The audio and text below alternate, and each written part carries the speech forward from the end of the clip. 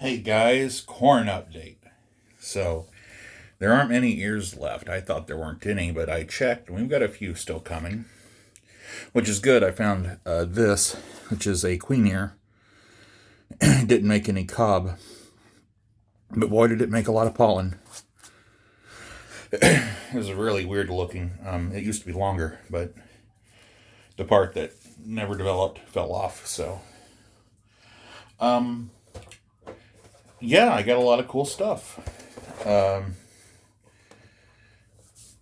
let's take a look at the honorable mentions before we look at the winners. Mostly because I think this is enjoyable. And it's interesting because they aren't any special, like the ones that didn't do as well. They just didn't get lucky. And I'll talk about what I think happened with each of them as we get to it. I guess we'll just start with this one since I'm holding it. I don't think this one got filled out. It didn't get enough pollen, basically. This one either. This one's weird because there is plenty of pollen in the middle, and at the ends it is almost empty, which is odd because it didn't get attacked by corn earworms. A lot of these didn't, actually, that didn't make. This one has the same morphology. Guessing it got stuff in the middle. This one's just sad.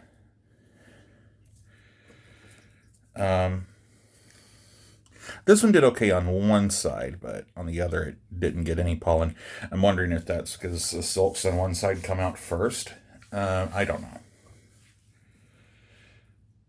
This one looked more impressive until it dried out, but it had to dry out before I could do anything with it. I can't grind it without it being dry. So, that being said, oh wait, there is one more. This little guy, similar morphology to that little one, but a little bit longer of a tassel on the end. A lot of these Mexican varieties have tassels on them. I noticed that earlier. I was pulling up some of the trees that were no longer near the other ones that we're making, and I decided to take a look at one of their ears, and might have been a mistake. Might have could have got another ear out of it, but that's okay. Let's start with the ones that look the worst. I guess maybe this one. This one has some of the same morphology as the long, pointy kernels on the other, but it filled out a lot better. So I'm happy with that. This one, I'm glad one of these did okay. This is a 8-row cob. It is a nitrogen fixing variety, as I recall, if I'm not terribly mistaken. And that's one of the traits I would like them to continue to have, so I'll definitely be using some of its seed, even if it didn't look that good. This one looks worse than it actually is. So one of the things is I harvested these during like a downpour, during a hurricane, and some of them were wet and molding. And if I had gotten them a little bit sooner, they would have been all right. Like this one I just harvested. There was like a whole other half of it, but it unfortunately was not good enough to not mold. There are ways you can prevent that, but you have to kind of select for the seed. Pulled some mold off of there. You can see there's some empty corns. Those were not that. That was a earworm, but these are. I believe these are Danny corn. The Danny corn did really well, which is not surprising. It's native to the Gulf Coast. It's Grex that was created there. See this one? Look at that. Looks really nice. Um, Finally got them dry enough to harvest, so that'll be a long and fun process. This one, I think I know which one it is. It had a lot of mold on it, so I had to remove a lot of kernels, unfortunately. But I know which one it was. It was a variety provided to me by Miss Gwynn and her husband. But I can't remember the name of it off the top of my head, if I even know it, come to think of it. Another ear of Danny corn. This one just completely filled out all the way. Looks good.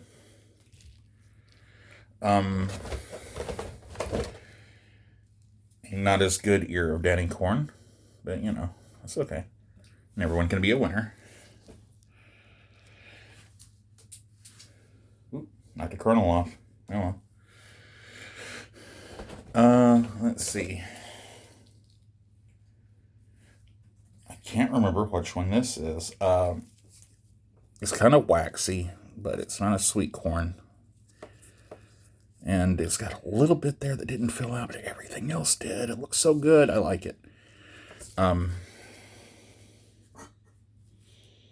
very happy with that. It is 3, 4, 5, 6, 7, 8, 9, 10 row.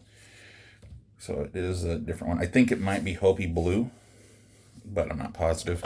I open pollinated all of these, so if you're thinking, oh, cool, you can have these seeds for next year. Nah, fam, they're going to be different next year. I will grow them, but they're going to be different. This one did really well. Some of the kernels are tiny because they didn't get any sugar in them for some reason. That's why I can get rid of them. They probably won't germinate, so it's not like it's worth keeping them. I can't remember which version this variety this is, unfortunately. I'd have to look at my sales receipts and stuff.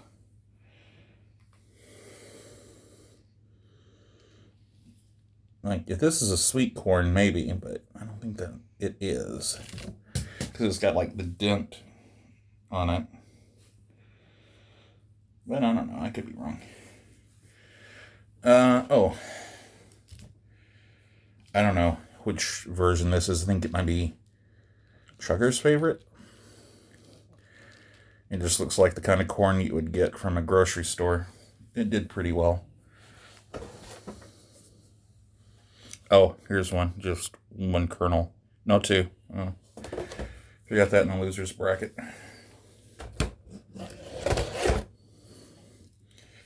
And here's one more of the 10-row variety. I think it's Hopi Blue corn. These still need to dry, I think. The other ones I think are ready to do. Oh, and we got a little corn worm in my bucket. Don't know where it came from, but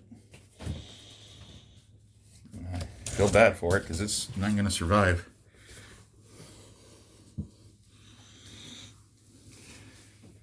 Actually, I don't feel bad for it. I hate those things. Not so much because I mind them getting my corn. They're just kind of gross. I like poop in the thing, and the poop is kind of gross to touch. And anyway, so what I think I'm going to do, the ones that didn't do as well, I'm going to put into a separate set of bags. I'm going to put them on a second chance row.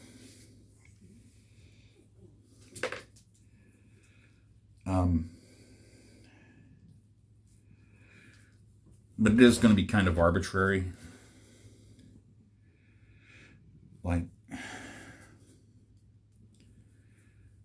These purple ones I really wanted to do well, so you know. And there's still 4 more cobs out there, so still got hopefully they'll get fertilized. They should be. I put tons of pollen from that first one I showed you on there because it was just dropping pollen everywhere. And if I can, excuse me, girl, you're gonna knock my laptop off or to stop me recording. If I can,